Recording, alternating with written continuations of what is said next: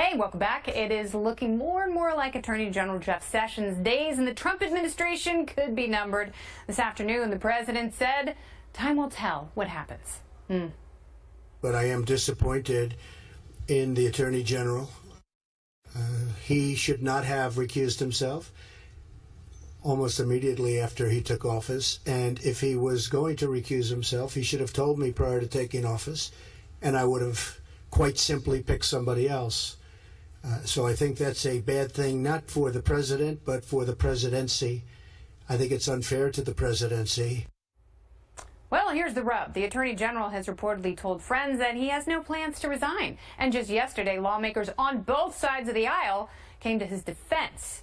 Now, I'm no Jeff Sessions fan. Hopefully you know that by now. But this situation is somewhat unprecedented to see a president go after his Attorney General so publicly.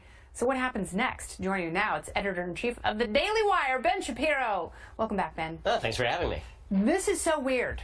I have to tell you, I don't like Jeff Sessions for a number of reasons, but he's becoming a victim, and I kind of feel bad for him. It's hard not to feel bad for him. I mean, he could, at this point, engage in civil asset forfeiture and just take Trump Tower in revenge. That might be a good play by him. Oh, the irony of ironies. But it is weird. I mean, look, Trump has the power to fire him. I do love that line, time will tell. Yeah. I want to use that on my wife. Will I pick up the groceries? Only time will tell. Like, he has the power to fire Sessions anytime he wants. He does. It's not like special counsel. Exactly. So why is he just harassing the crap out of him on Twitter, as opposed to, if he's really that upset about it, just fire him? I don't know if he thinks that by harassing him and getting Sessions to quit somehow it doesn't blow back on him. Yeah. But the only person this is really hurting right now is Trump. It's not hurting Sessions for him to do all of this. No, it's really not. I mean, perceptually, at least. So, but I don't understand the scenario. So if Sessions resigns, who's going to take that job? Well, I mean, right now, the only thing that's pretty clear is that Trump wants somebody who's going to fire Mueller. Yeah. I mean, that's really all that matters. And so then it's obvious what he's doing. Then it looks like he's because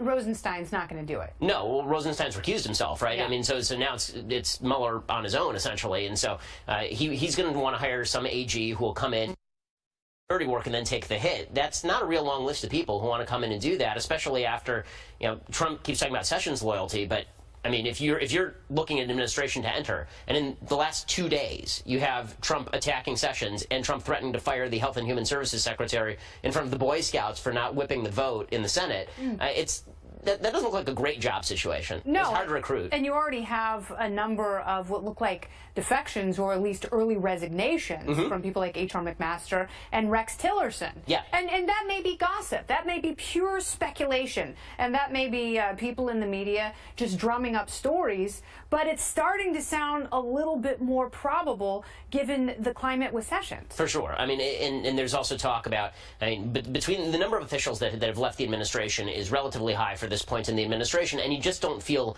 like there's a solid attempt to coalesce around a policy agenda. I think Trump wants people to coalesce around him personally. I think that's what you're seeing right now. A lot of the policy mavens in his administration, like them or not, people like Sessions, people like Bannon, those people seem like they're being sidelined. Right. So they're being sidelined a bit in favor of Jared and Ivanka and Gary Cohn and Anthony Scaramucci, basically the people who make it their job to protect Trump personally. And it seems like Trump is spending an inordinate amount of time just talking about people who are loyal to him personally. Because Sessions, as you say, I have problems with some of Jeff Sessions' agenda for sure, but Sessions is carrying out most of what Trump wants him to do, and yet Trump is still ripping on him over the Russia stuff. And so this is more about Trump than it is about policy. Does it start a war in the Senate?